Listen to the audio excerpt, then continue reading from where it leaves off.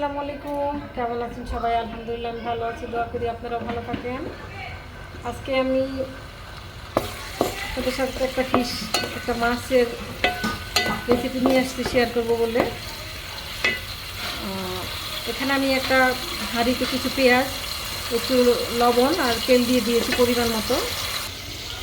আমার আসলে ফ্রিজে মাছ শেষ হয়ে গেছে, মাংস আছে, তো মাংস আমি আর রান্না করতে চাচ্ছি না, কারণ কোরবানি ঈদের পর থেকে অনেক মাংস খাওয়া হয়েছে। তো 2 রকমের মাছ ছিল, তো আমি একটা ছিল তেলাপিয়া মাছ, তো আমি মাছগুলো এইভাবে একটু কেটে নিয়েছি, দেখেন ছোটো ছোটো করে। কালকে অথবা পরশু দিনে আবার বাজার আনবে, তো অনেক সময় হয় না ফ্রিজে থাকে না তখন মানে রান্না করার মতো, তো সেই অল্প স্বল্প মাছ দিয়ে আমরা যারা গৃহিণীরা এরকম করে অনেক সময় রান্নাবান্না শেষ করি। তো আজকে আমি সেই রকম আর কি একটা প্রস্তুতি নিয়ে মাছটা নিয়ে আসলাম, প্রস্তুতি নিলাম মাছটা এইভাবে রান্না করব, ভাবলাম যে আপনাদের সাথে শেয়ার করি। ফ্রিজে ছিল 2 পিস মাছ, 2 মাছের পিস, একটা বড় তেলাপিয়া মাছ ছিল, মোটামুটি মাছটা বড়ই ছিল। আমি 2টা একসাথে করে এখন রান্না করব, তো আমি দেখাচ্ছি আপনাদেরকে। পেঁয়াজটা হয়ে গেছে, দেখেন আমি পরিমাণ মতো একটু আদা রসুনের পেস্ট দিয়ে দিলাম, বাকি মশলাটা অ্যাড করে দিব। দেখুন আমি এখানে 1 চা চামচ আদা রসুনের পেস্ট দিয়েছি, আধা চা চামচ থেকে একটু বেশি হলুদের পাউডার, আধা চা চামচ মরিচের পাউডার, আধা চা চামচ জিরা এবং ধনিয়া মিক্স করে আধা চামচ দিয়েছি, আধা চা চামচ, আর কাঁচামরিচ ফালি দিয়ে দিয়েছি। মশলা একটু কষানো হলে আমি একটু পানি দিয়ে দিব এখানে মশলাটা কষানোর জন্য।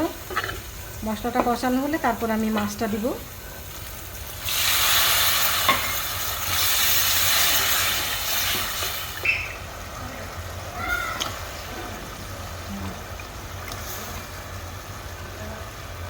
মাস শেষ হয়ে আসলে অনেক সময় ঘরে বাজার থাকে না, আবার স্যালারি পাওয়া পর্যন্ত, তো সেই সময় ফ্রিজটা খালি হয়ে যায়।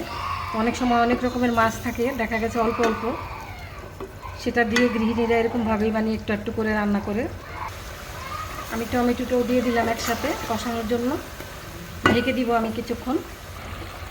দেখুন চুলাটা কমিয়ে রেখেছিলাম, চুলাটা কমিয়ে আমি মাছগুলি কষাই নিলাম। এখন আমি একটু মাছে সামান্য পানিতে একটু পানি দিয়ে দিব তরকারিতে। বিসমিল্লাহির রহমানির রহিম। একটু মাখা মাখা ঝোল রাখবো।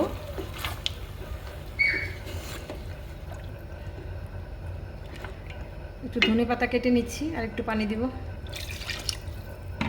একটু ধনেপাতা কেটে নিচ্ছি।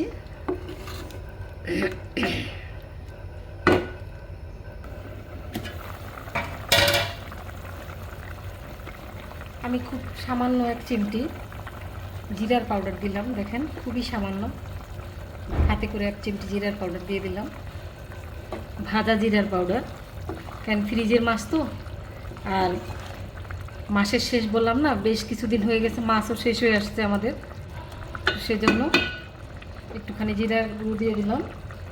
এখন ধনেপাতাটা দিয়ে দিচ্ছি।